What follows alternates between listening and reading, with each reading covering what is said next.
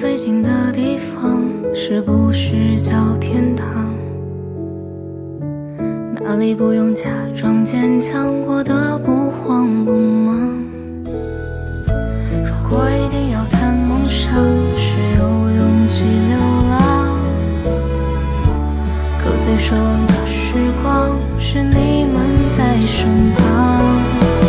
我的眼泪止不住的淌，是因为快忘了家的模样。我的伤悲督促着我成长，和一个人容易走错方向。童年印象是嘴角的上扬，是小船游荡，是奖励的那颗糖。现在慌张，是对爱的渴望，因为还有伤亡，还盼着你们的目光。我知道了，在这背后操纵一切的人就是叶念堂。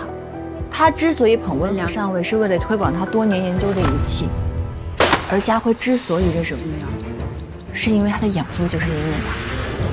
温老师很了解我，了解我的过去，了解我的恐惧。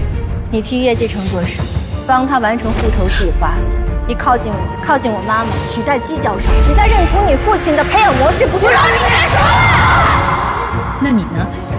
你所谓的人性就没有一点欺骗吗？在你帮助来访者的时候，你的内心就没有闪过一丝贺军的影子吗？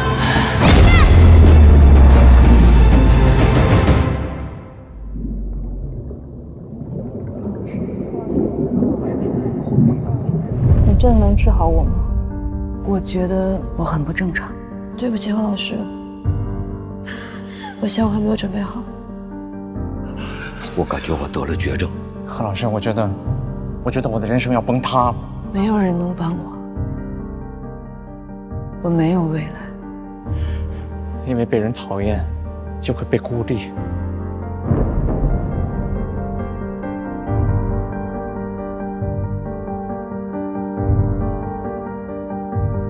别碰我！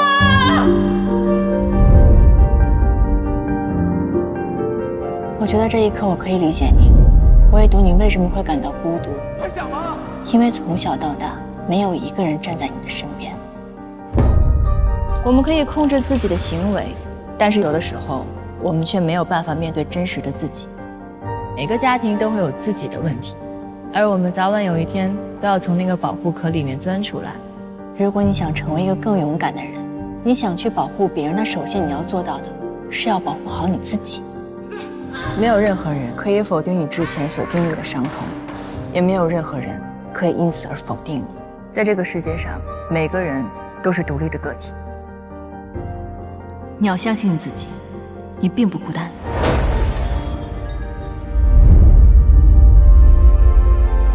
你今天为你自己做的所有的一切，过去的他都能感受到，让他更有信心面对未来。谢谢你啊，小何老师，我这心里舒服多了。贺老师，谢谢你帮助了我。贺老师，谢谢你，让我找回了勇气。何老师，听您说完，我现在斗志满满。何老师，我打内心里面感谢您。谢谢你，贺老师，你的支持对我真的很重要。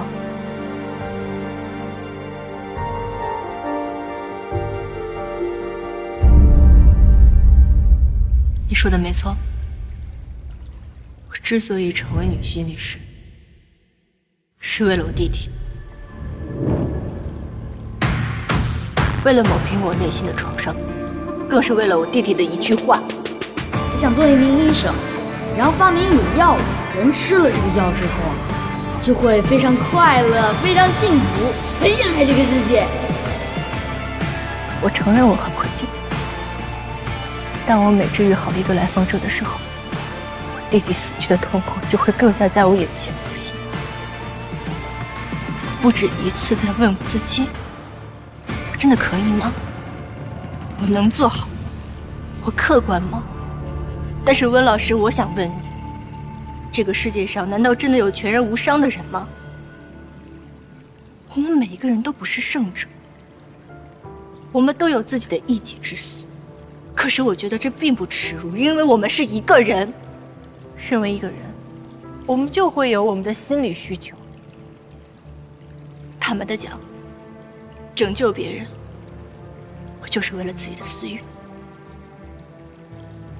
因为我从拯救他们的身上能获得自己的成长跟力量。你和我想的不一样。我很爱我的弟弟，我也很关心每一位来访者。我没有照顾好你。我们都不是完美的，我承认，我在汲取他们身上的力量，这使我成长。可是我做的这一切都是有意义的，我是被需要的。我有怪过你，我觉得你没有告知我就去给我的母亲做了心理建设。可是也通过这一次，我才发现，我的母亲去了我弟弟的墓。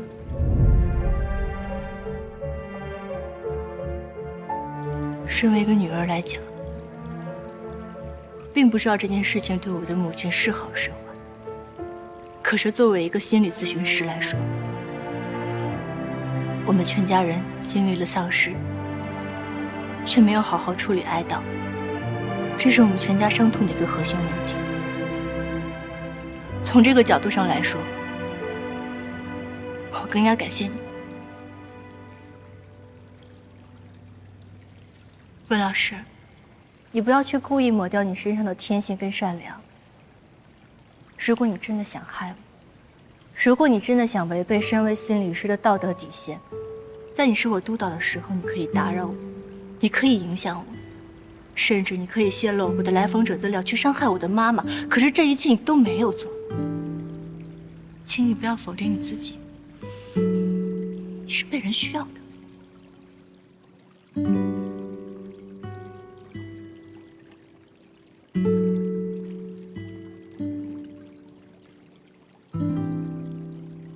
你真的觉得我是被需要的？当然。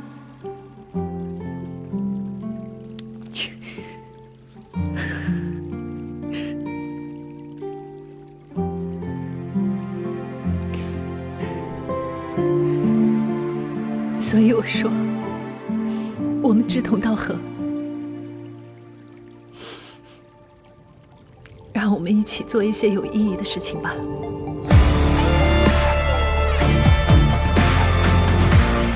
温老师，你这次不会又有什么目的吧？识时务者回转转舵。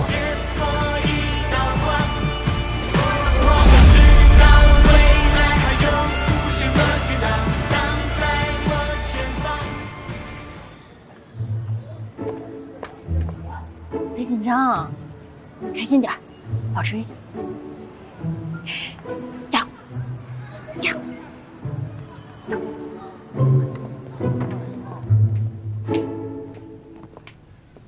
妈，来了。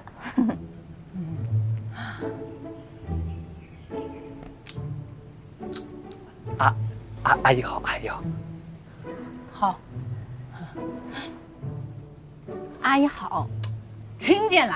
这么大个人站在这儿，你当你妈瞎呀？哎呀，你说这电视啊，没 WiFi 就一个台，翻来覆去播，哼，看得我都会眼了。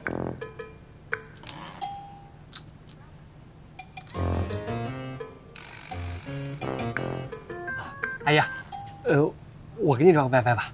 啊，不需要，不需要。哦，阿姨，咱们到饭点了，我请您来吃饭去吧。那不用，我们隔壁订几个菜，在这一吃就行了。天王老子来，我得看店，是吧？我们家条件呢就这样，你要是觉得不舒服，那对不住了。妈，吃香药了？人家也没说什么呀。哦，我也没说什么呀。再说了，我们家环境就这样，说说还不行啊？阿姨，我出差回来给您带的牛肉，您尝尝。这一提起这牛肉吧，哎就想起了小舅舅。你说那会儿家里穷，那小舅舅开长途还得了个胃下垂，什么都不能吃，那现在活也干不了。那你那舅妈呢，她就总跟我借钱，我这打麻将那点钱都转给她了，我现在是一点没有。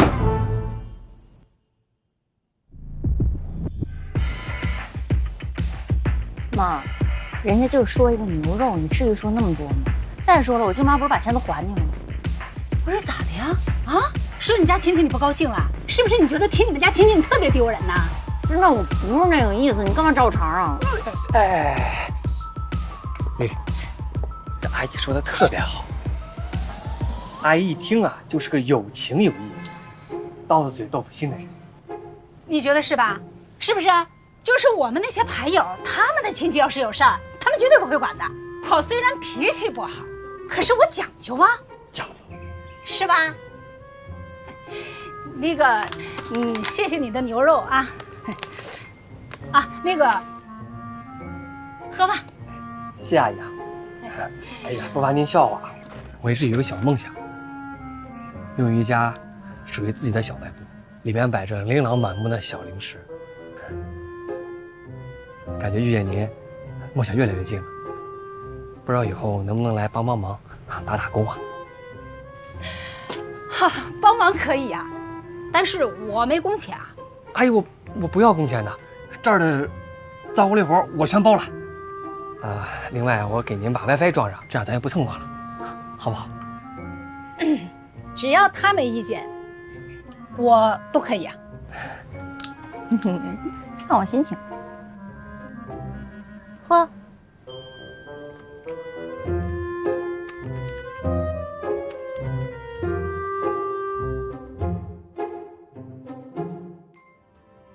我们这次是与市第3医院进行合作，我从30位报名者当中挑选了5位来作为我们团体咨询的来访者。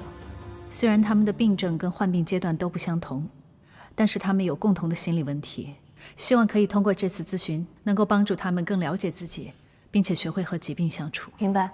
温老师，如果有哪些方面做得不好，你要多多指点。好，那我们开始吧。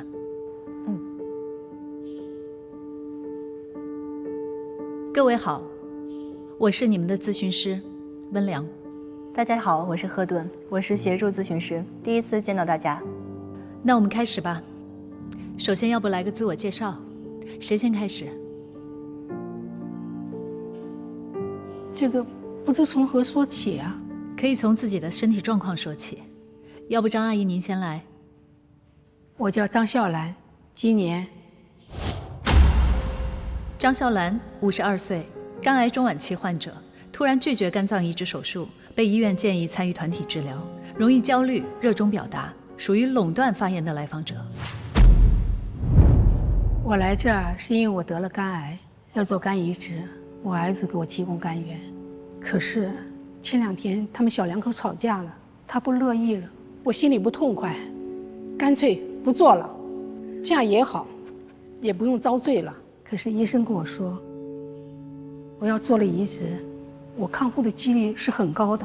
我儿子就是个怂包，我一把屎一把尿的把他拉扯。张阿姨，我想大家对您个人的状况有一个初步的了解，要不先认识一下大家，然后再听听大家对您的想法。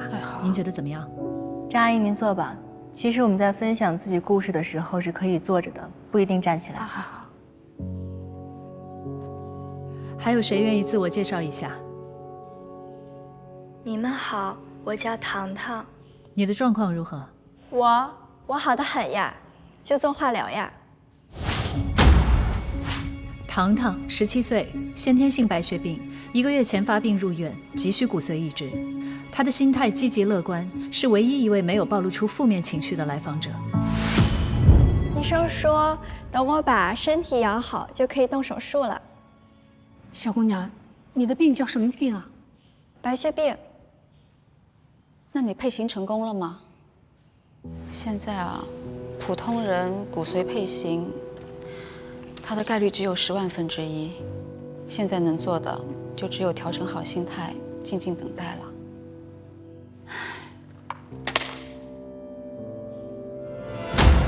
于桂芳，40岁，是一名护士长，宫颈癌早期，面临子宫摘除，状态抑郁。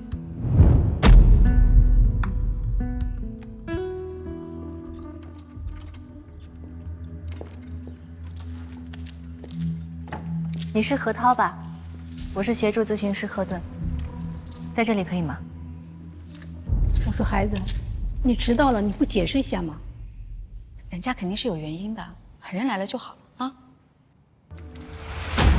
何涛，21岁，大学生，骨癌患者，需要接受截肢手术，情绪不稳定。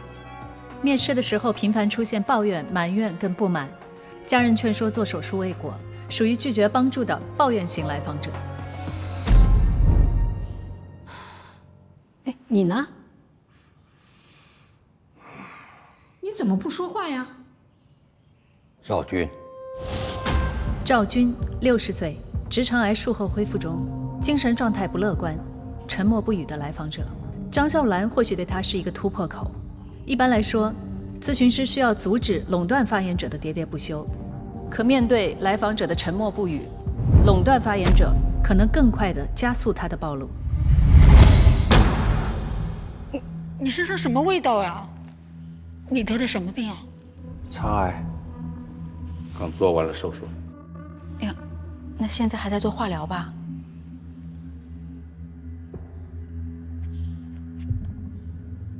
何涛，你是最后一个来的，你有什么想跟大家分享的吗？骨癌，大夫说2条腿都得截掉。我本来不想来这儿的，家里人非要把我送过来，反正都要截肢了，在这儿有什么意思？有什么意义呢？我也劝你们早点面对现实吧。小何是吧？我得说2句啊，你别不开心。既然来了，就听2位老师上课。我就是被儿子媳妇硬拉来的。我们要心平气和一点，这儿都是身体上得了大病，不要动怒。你自己行吗？你不要给我聊吕洞宾，不少了心啊！你说什么呢？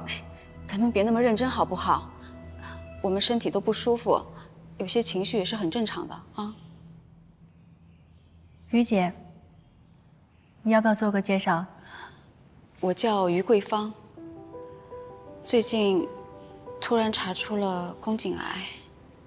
这几年呢，我一直很努力的想要孩子，可是现在要切除子宫了，所以最近的情绪一直很低落。今天来也是希望能得到2位咨询老师的帮助。我是一位在医院工作的护士，所以平时呢经常能接触到各种各样的病人。今天看到大家，就控制不住地问了一些问题，你们别想太多啊。于护士，你看看我，误会你了啊！你别给我一般见识啊。没事的。于姐刚才提到一个很重要的词汇，不知道大家有没有注意到？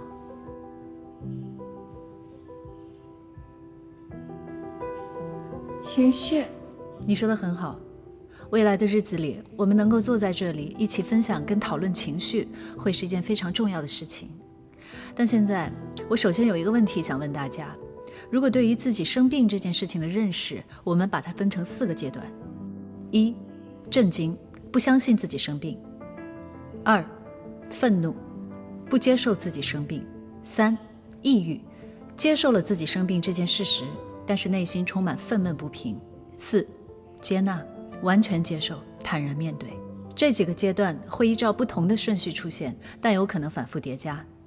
各位分别在哪个阶段？第4个阶段。怎么说？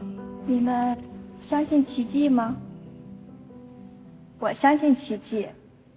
我从出生的时候开始就被诊断为白血病，医生说我最多只能活到16岁，可是你们看，我现在已经17岁了。我想再撑撑，如果能再多活1年，我明年就参加高考。如果可以再久一点，我想去趟东北，看一看雪花长什么样子。雪好哎，我二姑父家就住在东北，一到大冬天啊，那雪啊那么厚，哎，可以堆很多的小雪人儿。是啊。其他人呢？要不要说说？我觉得我是第3阶段。我现在还不能完全接受这样的状况，不能要孩子，对我来说这打击实在是太大了。我就是觉得太不公平了。养孩子有什么好的？孩子啊，都是替别人养的，儿大不中用。我倒是有个儿子，结婚了，生了孩子，有了自己的家，就把我当成累赘了。人呐，仔细想想，还是得为自己活着，一辈子围着孩子转。你病了，孩子啊，就不用了。就他这样的脾气，他儿子能孝顺他才怪呢。你才不孝顺呢！你说谁不孝顺呢？你看你对我们这些长辈的态度，对你爸妈能好到哪儿去？你看到我不孝顺了吗？不好意思，我要打断一下二位。其实，我们都会有愤怒跟不满的情绪，但是我们需要通过一种合适的方式把情绪表达出来，尽量避免人身攻击，可以吗？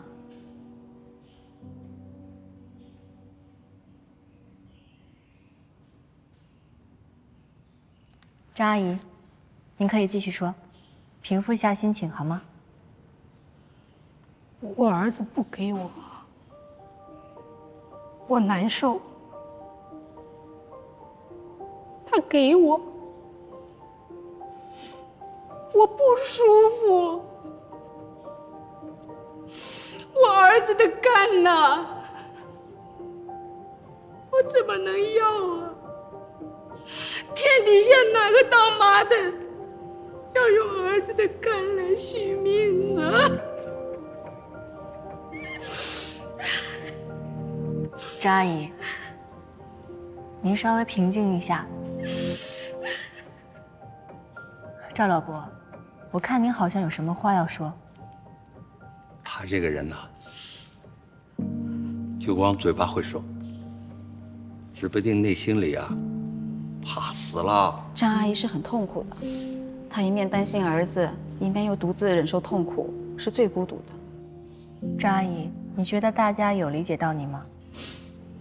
于护士的话说到我心坎里了。张阿姨，您缓缓。其他人呢？还有没有人愿意分享情绪？核桃好像一直没有怎么说，你愿意分享吗？没关系，不愿意说就不说。那我们其他人有人想替他分享的吗？愤怒，他不愿意接受自己的病。对，他不接受，还发脾气，还骂人。生病了，愤怒不是很正常吗？为什么一定要接受？我就是不接受，怎么了？我就是愤怒，怎么了？你们在座有孩子的，如果你们自己的孩子才20岁就要被截掉双腿，你们还能像现在这样冷漠吗？太过分了，太过分了！你怎么能说叔叔阿姨们是冷漠呢？大家的身体都有疼痛，不是只有你一个人痛苦，大家只是关心你，希望你能开心起来。我来这里不是寻开心的。那你是来干什么的？你装什么装？我来这里是我爸妈逼着我来的，你来这里又干什么？你还不是为了讨好他们，说一些好听的话？我不是这个意思，我是觉得如果大家都能开心，开心那么重要吗？开心能我再站起来吗？开心能治好你的病吗？你来这里是装开心的是吗？你知不知道你脸上那种假装开心的样子，可让我觉得恶心。你闭嘴！你们也都这么认为吗？那你们觉得我应该怎么做？我就应该泪流满面，抱怨生活对我的不公平，就因为我病了，我就不能笑了吗？难道在你眼里，我就只有和你一样，我才有资格作为一个病人吗？在你眼里，我就只配哭着过完剩下的日子吗？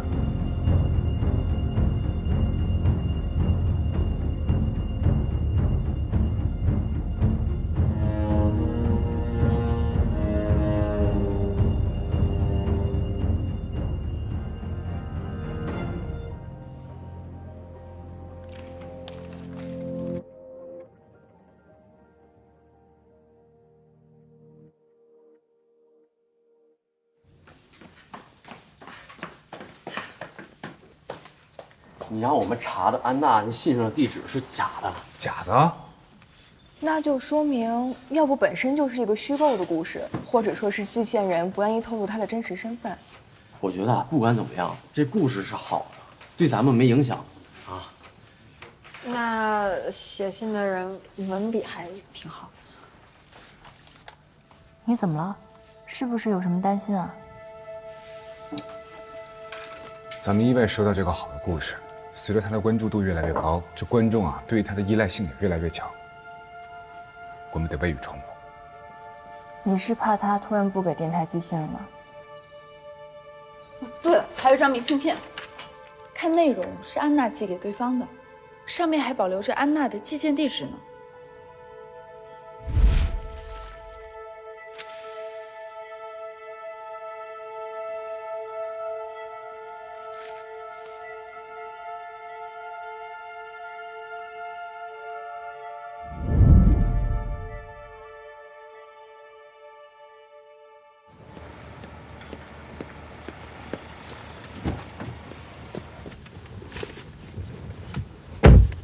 干嘛？你不是找到新地址要找安娜吗？顺便送我回我妈家。贺老师，你现在开始学会粘人了。钱老师，你现在真不要脸，走吧。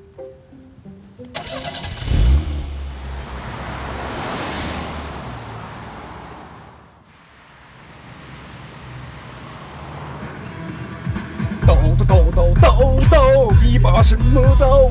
刀，一把杀猪刀。一刀，刀催人老。我的青春小鸟已经飞走了。哎呀，钱开义，你再这样的话，你直接下车好不好？唱的还行吧？好听好听。哎，那些观众们的留言实在是太有意思了，我都已经开始期待了，可以配上你这个歌。那是，哎，你也不看是谁点的。行了，好好开车，那尾巴都翘上天了。放心吧，这车技啊，怎么说呢，老靠谱了。哎，不过说实在的，如果我也生在那个歌坛神仙打架的年代，哎，说不定我跟安娜一样，也想当个歌手。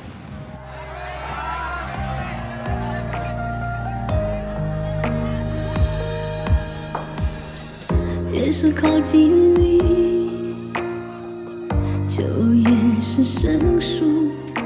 你忽冷忽热，我掏心掏肺的弥补。后来你消失在我天的迷雾，这封荒唐的情书寄往何处？3分是天意，7分是残酷。故事太曲折，只能假装不在乎。没有你，我现在过得很幸福。这条路，寻找的路太漫长了，只有流浪的足迹，替他记录着这些年的回忆。匆匆流逝的时间，消磨着他的等待。他怕自己会忘记来时的目的，怕自己会半途而废。可那个坐在旧摩托后座与家人告别的夜晚，始终让他念念不忘。于是，在安稳与流浪之间，他选择继续流浪。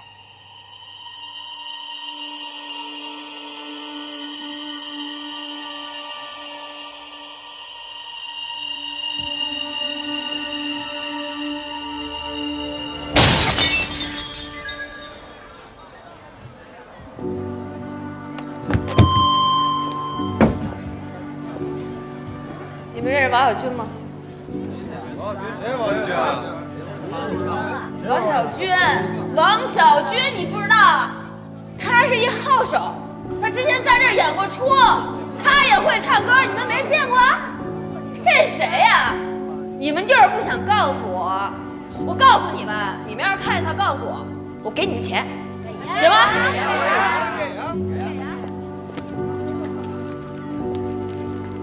我真有钱，还不是我有钱，我有钱。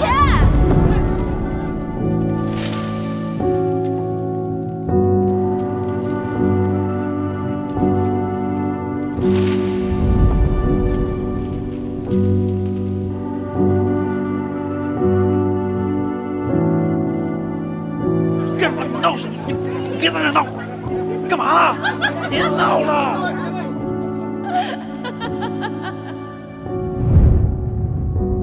一次又一次的找寻落空，让安娜感到疲惫。她用几近哀求的方式，企图从台下观众那儿得到一些关于小俊的消息。对她而言，此时台下坐着的早已不是一群陌生的看客，是她为数不多的希望。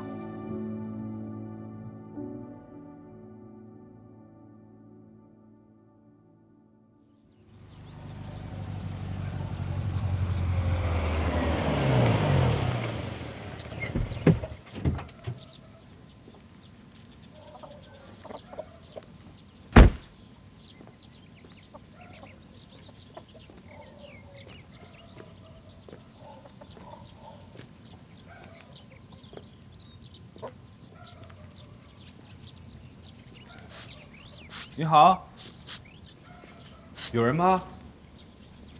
谁呀？你要找谁呀？你的节目啊，我每期都听的，我呀才是真正的老听众呢。阿姨，这个房子是您自己的是吧？对呀，以前是我妈的，后来我爸妈去世就留给我了。哎呀，我们这小老百姓嘛，有几间房子赚赚租金，赚赚外快，挺好的。不过你还真不能小瞧我们家这个小破房子，我要是租出去啊，一个月得2、3千。你说要是卖的话，每平也得几万块。您这房子在市中心，这地段也这么好，这几万块都便宜了。对呀，所以我们在等动迁呢。来，就这间。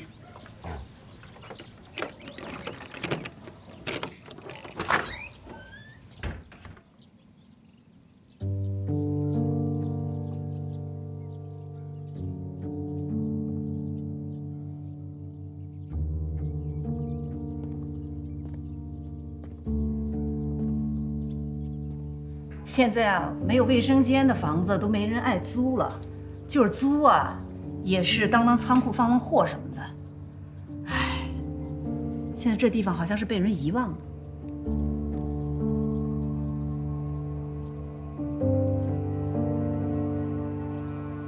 阿姨，您还记得20年前有一个女歌手，她租过您的房子吗？我20多年前我才20刚出头，那时候租客都是我妈负责，我不太清楚。您再想想，她是一个单身的女人，但是她带了个孩子。想不起来。她很年轻，名字叫安娜。哦，我想起来了，我知道这个女人。怎么，你跟她什么关系啊？啊，我跟她没有什么关系，我们节目啊，只是想找一个听友。什么听友啊？你知道那个女人是什么人吗？来来来，里边请啊，小丽接待一下。来吧。哎，谢谢。别谢我，你这个嗓子真不错，就是个小天后。别看我只是个管饭店的啊，我告诉你，我这耳朵呀可厉害着呢。这样吧，以后呢，我这儿只要有演出你就过来，一场呢就按今天这个数，好吧？钱不重要，能让我打工已经很好了。好，谢谢叔叔。不客气。哎，对了，经理，我想问一下，乐队今天晚上几点钟演呀？我想看一下。怎么，你这是要找人呐？乐队今天晚上是压轴的，你有的等。没事，我可以等。那怎么行啊？你小孩子不要睡觉的。他都习惯了。那可不行。那这样吧，今天晚上呢，你就让他在我的办公室里边休息，好吧？谢谢啊。哎。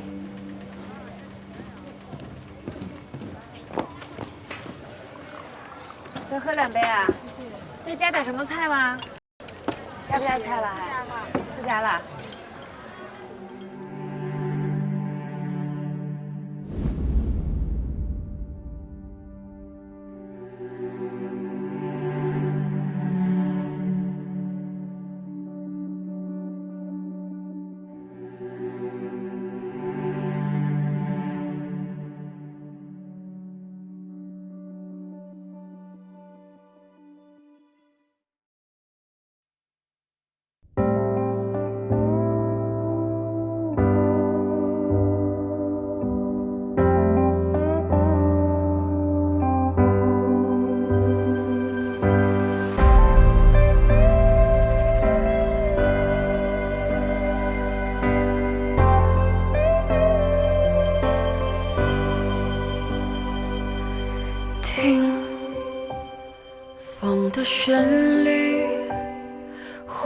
慢坠落，树叶的声音。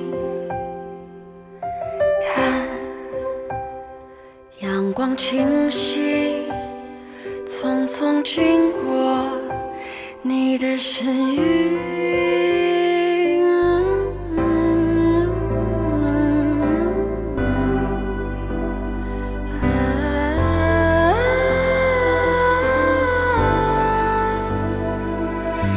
那深藏心里的小秘密，